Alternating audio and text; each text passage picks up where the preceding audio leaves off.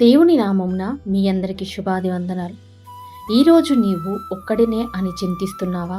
నాకెవరు తోడుగా లేరు, నాకు సహాయం చేయవారు ఎవరూ లేరని చింతిస్తున్నావా? అయితే దేవుడు ఈరోజు నీతో మాట్లాడుతున్నాడు.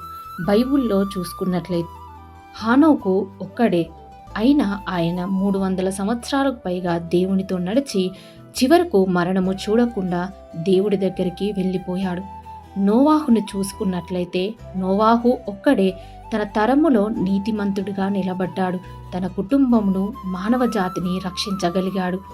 అబ్రహాము ఒక్కడే దేవుని కోసము అన్నీ వదులుకొని వచ్చాడు.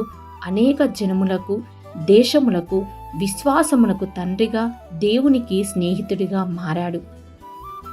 ఇస్సాకు కూడా ఒక్కడే కరువు కాలములో పంట వేసి నూరంతల ఫలం పొందాడు.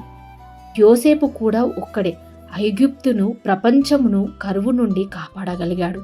మోషే ఒక్కడే ఐగుప్తు సైన్యం మొత్తానికి ఎదురుగా నిలబడి దేవుని ప్రజలను నడిపించాడు. యెహోషువ కూడా ఒక్కడే యెరికో గోడలను కూల్చి వాగ్దాన భూమిని స్వతంత్రించుకున్నాడు. ఏలియా కూడా ఒక్కడే ఆహాబు రాజును వణికించాడు, వర్షము కురవకుండా ఆపగలిగాడు.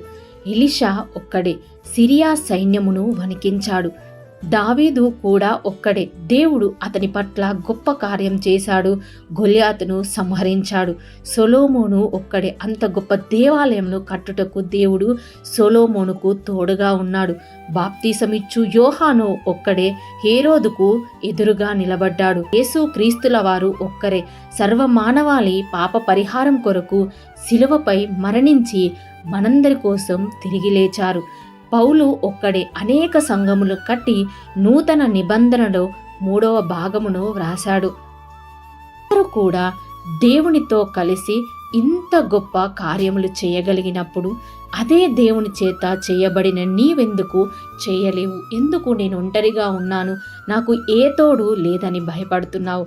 దేవుడు నీకు తోడుగా ఉన్నాడు. ప్రతి విషయంలో ఆయన నిన్ను ఆదరిస్తూనే ఉన్నాడు. వీరందరి జీవితంలో గొప్ప కార్యములు చేయగలిగిన దేవుడు మన జీవితంలో, నీ జీవితంలో, నా జీవితంలో కూడా గొప్ప కార్యములు దేవుడు చేస్తాడు. మనము విశ్వసించి దేవుణ్ణి నమ్మాలి. అసాధ్యమైన కార్యములు చేయగల దేవుడు మనకు తోడుగా ఉన్నప్పుడు మనం ఎప్పుడు ఒంటరి వారము కాదు. మనకు దేవుడు ఎల్లవేళలా ఆయన కృప మనకు తోడుగా ఉంది. హల్లెలూయా. దేవుడు ఈ వాక్యంతో నీతో ఈ దినం మాట్లాడి ఉన్నాడు. ఇప్పటి నుండి మీరు ఆలోచించండి, దేవుడు ప్రతి విషయంలో నాకు తోడుగా ఉన్నాడు, ప్రతి విషయంలో ఆయన నాకు సమీపంగా, నాలో ఆయన ఉన్నాడు, నా సమీపంగా ఆయన ఉన్నాడని విశ్వసించి ప్రతి విషయంలో వీరి వలె మనము విజయాలను పొందుకొని దేవుణ్ణి మహిమపరుద్దాం. హల్లెలూయా. దేవుడు ఈ వాక్యాన్ని దీవించి ఆశీర్వదించునుగాక. ఆమేన్.